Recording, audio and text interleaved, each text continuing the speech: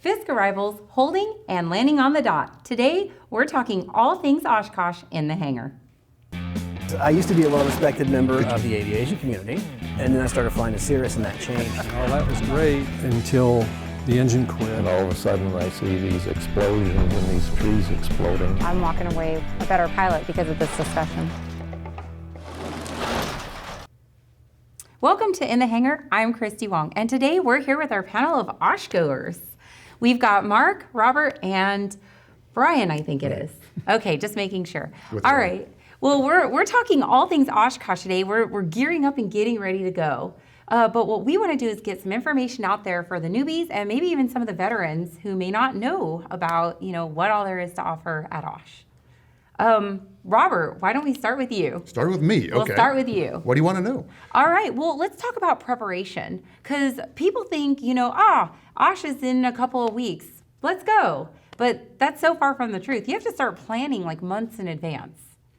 Yeah, I would say the most important thing is read the NOTAM. It's online, you can get it, you can download it and read it, and not just read it, but understand it. There are also a lot of videos out there about how to fly into Oshkosh.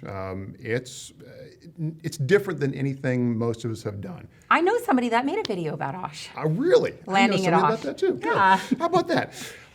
Yeah, watch the videos. You want to tell us more about the videos? What's a NOTAM? What's the question? I'm sorry.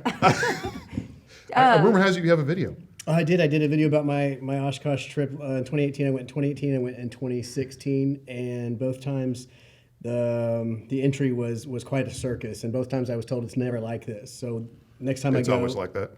It's always like 100% that. of the times I've been, Like it's been a hornet's nest. So if I go back, I'll either fly into a satellite airport and drive in, or I'll go in later in the week, like Wednesday or something, so I don't have to deal with it. I'll argue with that a little bit. I disagree. The Oshkosh Arrival is actually a lot of fun.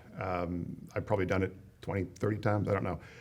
It's a ton of fun. It's challenging, it's different. But if you read the NOTAM and go through and just follow the airplane ahead of you, it's a lot of fun, it's interesting. I've heard people saying that they want to go to a satellite airport not to fly the approach or to fly IFR, so not to fly the Fisk Arrival. I love it. I think it's a ton of fun. We will literally, in the middle of the show, grab somebody's airplane, leave, go out and get a hamburger at Watertown, and come back just to fly the Arrival. Okay.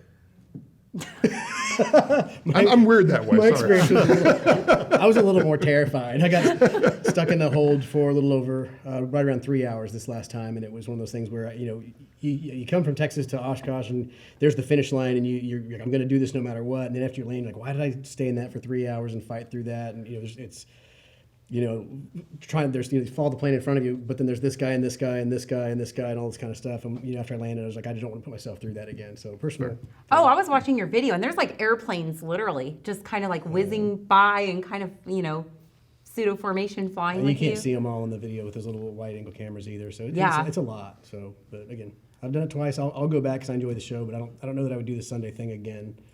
At least not for a while. So you're going to go in like the Wednesday before, is what you're saying. I'm going up next week. Yeah.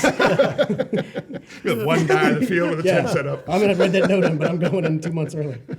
I actually do that. I go in on a Wednesday and volunteer at the home built headquarters, registering people with their home built airplanes, and poke fun at the Canadians. And but the NOTAM's not in effect then, so you just have the airport to yourself, and they pretty much let you park wherever you want to. And NOTAM goes up on Friday or Saturday? On Friday. And the NOTAM's like several pages long, right? How many pages? About 14 pages long? 23 pages. 23 pages. You only need one page for the Arrival, though. It's all on one page. It's good to go. Read the whole thing and understand it, but if you're not a helicopter, you can probably skip that page. Gotcha. Okay. So, and also there's a big thing too. So if you're not like camping with your airplane, you need to prepare months in advance by securing a place to stay and everything else, unless you just want to go sleep out on the grass, right? I've always camped with my airplane. There you Yeah, go. camping is, to my mind, one of the funnest parts of Oshkosh. You go in, you're with, in my case, 40 of my best friends that we see each other once a year. We hang out, we camp together. You get woken up by Mustangs taking off. It's awesome. And No, there's that sounds great. Yeah, there's nothing quite like being woken up by a formation of Mustangs rolling on 27. It's pretty awesome. So what happened last year, because I know, what was it, Wednesday night when there was a big, storms that rolled through, and I heard it blew tents over and soaked people. Is that just part of the experience? Yes. Okay. Every year there's a storm. Every year tents get blown over. It's just part of the Wisconsin in the experience. summer. Pretty much, yeah. It can be Awesome. 100, it can be 20, it can be everything in between.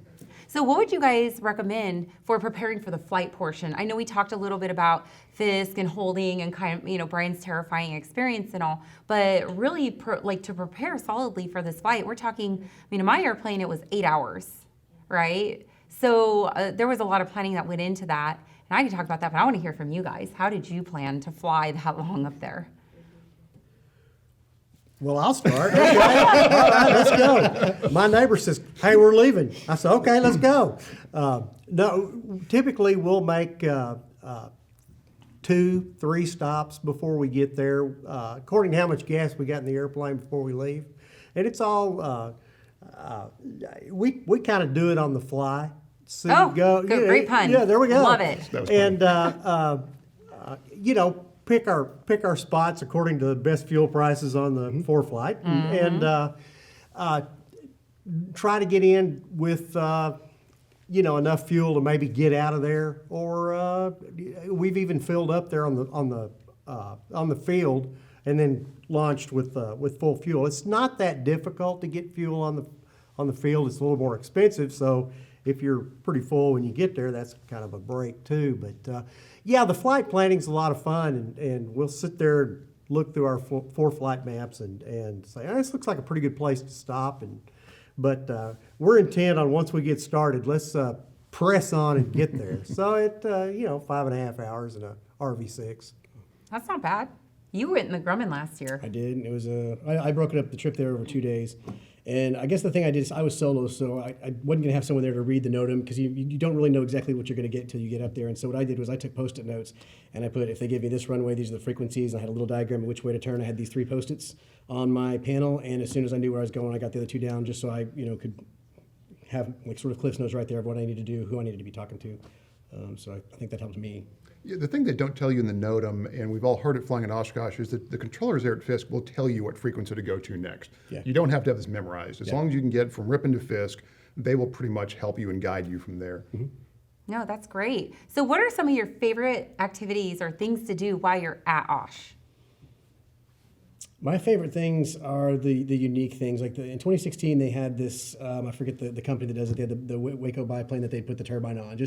And this year it was a twin yak that they put the turbine on. Just these crazy things that you don't see and they just look and sound weird and they just kind of stop you in your tracks, that type of stuff. And then of course sitting there watching people try to land. Yep. Watching the people inbound was, I could have sat there all day. That's what I did for 2 days straight. Like the group I was with, we went out and we literally just watched people land. I watched you land. I know. We It just was- judge everybody. Yep. It was smashing good fun. It was. By the way, we actually got to meet the guys with the twin yak on a previous episode. Oh, really? Yeah, the Fat Terror Cowboys. Oh, that's cool. They're great guys. So, what would you guys say some of your favorite things are? Say the same thing. Sitting by the airport, by the runway with maybe a cold beverage in your hand, watching airplanes land is a lot of fun. Yeah. Yeah, the people. Yeah, but the people. The Yeah, that's people. the- It's yeah. we traveled 1,300 miles to see people live down the street from us. Yeah, no, that's exactly correct.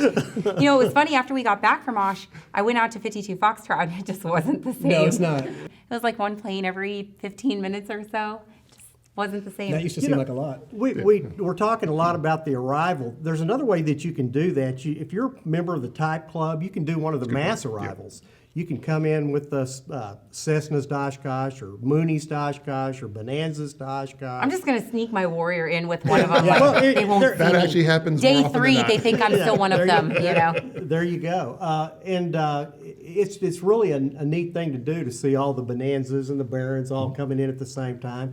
And the reason that started is so they could all park together and party together in the evening. So Right. the Type Clubs are doing these mass arrivals. Another real good way to get in. Yeah, it's fun at Oshkosh, though. It's used to, when you first get there the first couple of times, it's all about the airplanes. You sit there and watch the airplanes and the air show and everything else. And after a couple of times, it's really more about the people than about the airplanes. And I've got a group of friends there that we've been camping together for 15, 20 years. And I see them once a year, but they're some of my best friends in the world. And that's why we go. It's not so much about the airplanes, it's about camping and hanging out with friends. Yeah, absolutely. And I mean, there's just literally stuff to do for days there. I mean, you can't see enough. I kept telling myself, I'm going to go to the Air Museum. I'm going to go to the Air Museum. And of course, I didn't even see half of the stuff that was at Osh. There's always next year. There's always next year, exactly. So now let's talk about getting out of Osh, because that's just as challenging, I've heard, as getting into Osh. Getting out this year was very easy for me, but I left on a Tuesday afternoon, so it was not complicated at all. The getting in was the only challenge, so I don't. Yeah, it's you can be taxing a long time.